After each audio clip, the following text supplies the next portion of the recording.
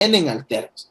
Entonces, si es que se presentaba en contra de los 7, se excusaban los 7 y ahí habría sucedido lo que hoy está argumentando el equipo jurídico de la señora Joy, que ahí tiene que morir el trámite, dice, porque como hay un vacío en la ley de la función legislativa y hay un limbo jurídico, entonces ahí se muere el trámite, porque lamentablemente ante la falta de norma y como no señala qué se puede hacer la ley en esos casos, entonces ahí tendría que quedarse ya paralizado el trámite. Pero ¿qué planteamos desde antes ya algunos?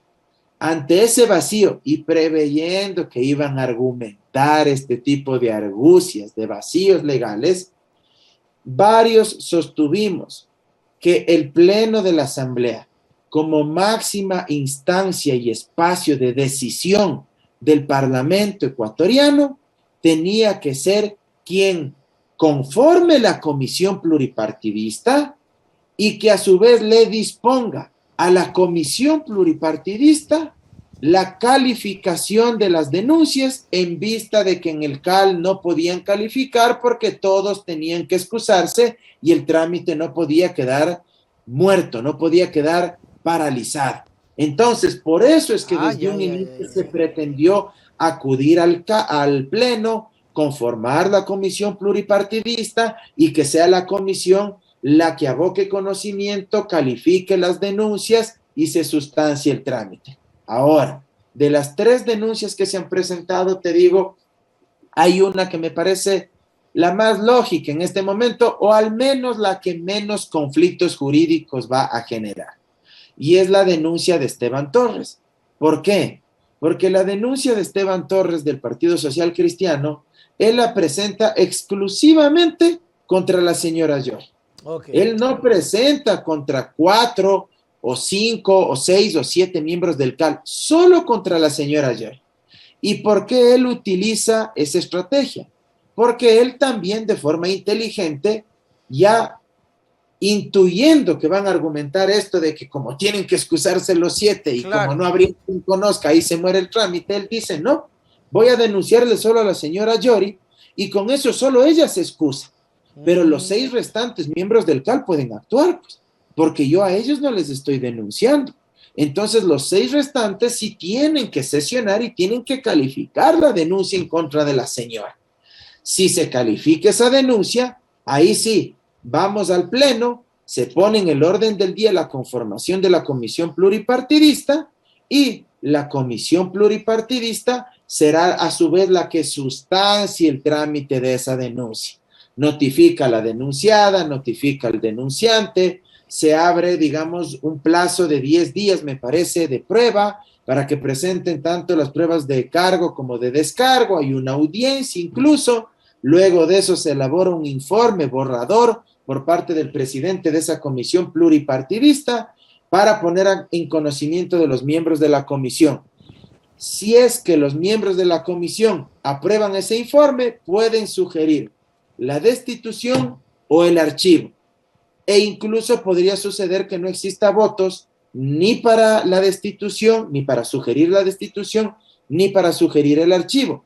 En cualquiera de estos escenarios, igual se envía una documentación o un expediente a la presidenta de la Asamblea para que a su vez ponga en el orden del día del Pleno el tema de este proceso de destitución y ahí interviene nuevamente, la presidenta como denunciada, tiene 1 hora para intervenir, interviene a su vez el asambleísta que le denuncia, él tiene solo 30 minutos, de ahí tiene 30 minutos de réplica la señora Jory, luego intervienen los asambleístas que deseen, por 10 minutos máximo cada uno, se cierra el debate y 72 horas después se convoca nuevamente a la reinstalación de esa sesión para votar por la destitución o el archivo de la denuncia.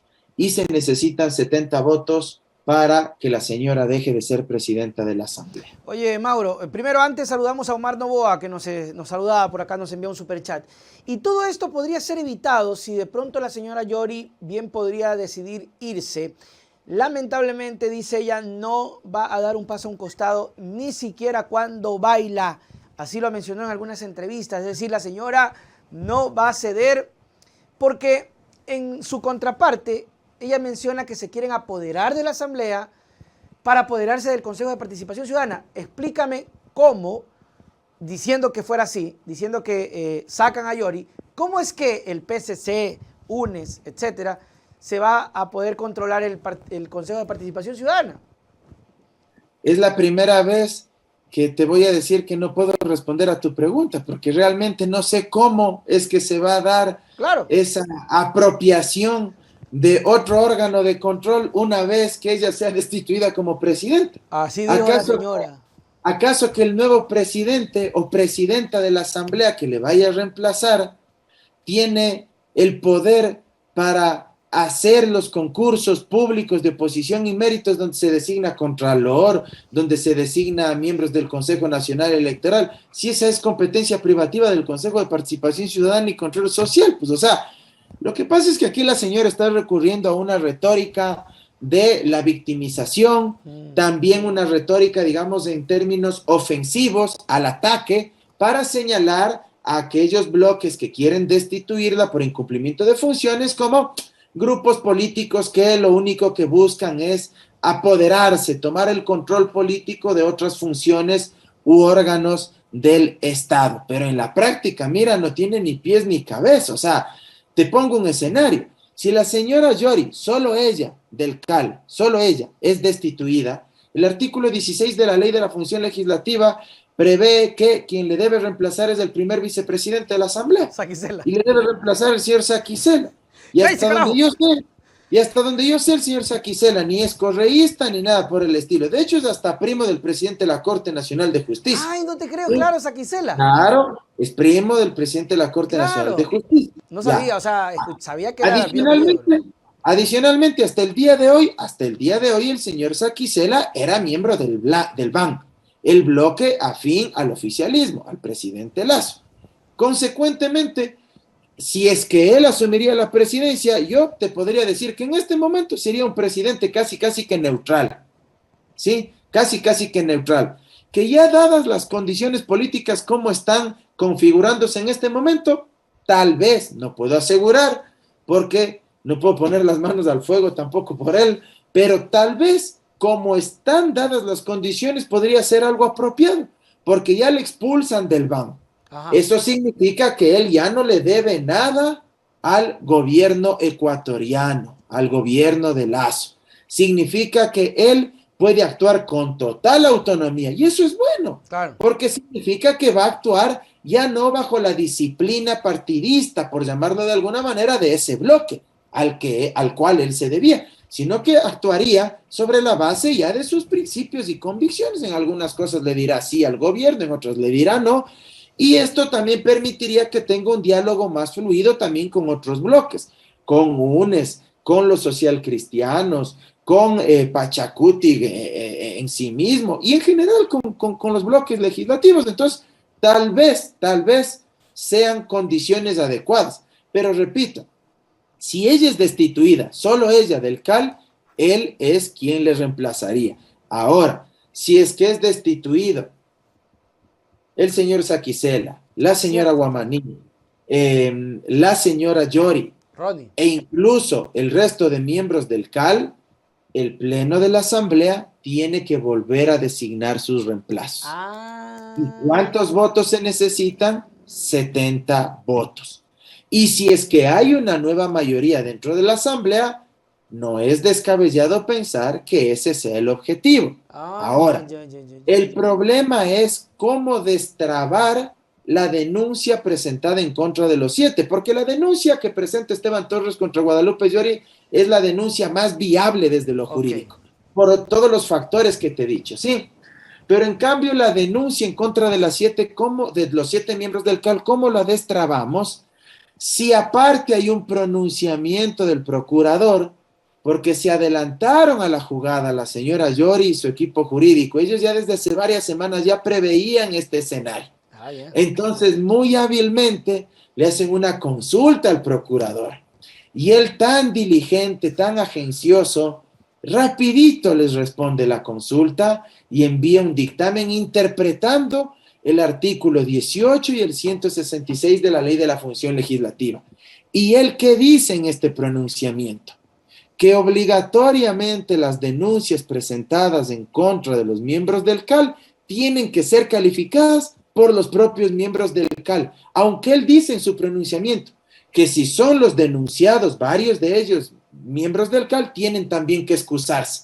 O sea, él mismo genera un entrampamiento, porque Claro. él dice, si se van a denunciar a los miembros del CAL, tiene que ser el CAL quien califique. Pero ojo, si es que son los denunciados, algunos miembros del CAL tienen que excusarse. Y si es que se denuncian solo a 4 de los 7 y se excusan los 4, ya no hay quórum reglamentario para Claro. que se inspire el O CAL. sea, está Y mal ese pronunciamiento, pues. eso queda en el limbo. Lo que pasa es que lo hicieron intencionalmente Ese man estaba Pluto. para propiciar el atolladero, ¿sí me explico? Para propiciar el blindaje. Por eso es que ahora incluso el propio equipo jurídico de la presidenta Yori ya dice esto, ya entrega este argumento, ya dice, vea, si es que la denuncia ha sido en contra de los 7 y como los 7 tienen que excusarse, porque así dice el pronunciamiento del procurador, porque así dice el 142 de la Ley de la Función Legislativa, entonces ya no hay quien actúe en el CAL y el trámite se muere, se paraliza, ya están argumentando. Entonces eso ya lo maquinaron, pero Pila la desde madre, hace varias semanas, No, pila, adelantándose a la claro. jugada para blindarle a la señora, ¿no? Qué bestias son, pero tremendos para hacer todo lo que les conviene de manera rapidita.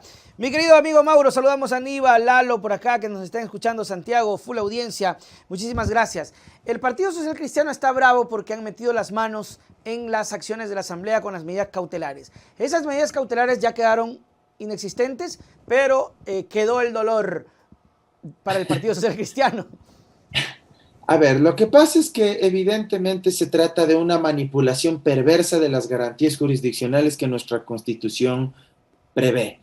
Las garantías jurisdiccionales son instrumentos, son mecanismos jurídicos que buscan blindar al ciudadano de la arbitrariedad de los poderes públicos o de la arbitrariedad del poder abusivo de los particulares, ¿sí? Por eso tú tienes una acción de protección, un habeas corpus, acción de acceso a la información pública, entre otros. Y también tienes las medidas cautelares. Pero las medidas cautelares tú presentas cuando existe una amenaza latente, inminente, a tus derechos constitucionales. Es decir, existe un hecho de tal gravedad que amenaza con vulnerar ya sea tus derechos señalados en la Constitución o los derechos previstos en los tratados e instrumentos internacionales de derechos humanos. Yo me pregunto, ¿qué amenaza en contra de los derechos de la señora existían si lo único que había era una moción para aprobar un proyecto de resolución que conforme una comisión pluripartidista? El proyecto de resolución que se iba a mocionar para que sea aprobado ni siquiera mencionaba los nombres de la señora. Obviamente todos sabemos que uno de los objetivos era ese, pero en estricto derecho.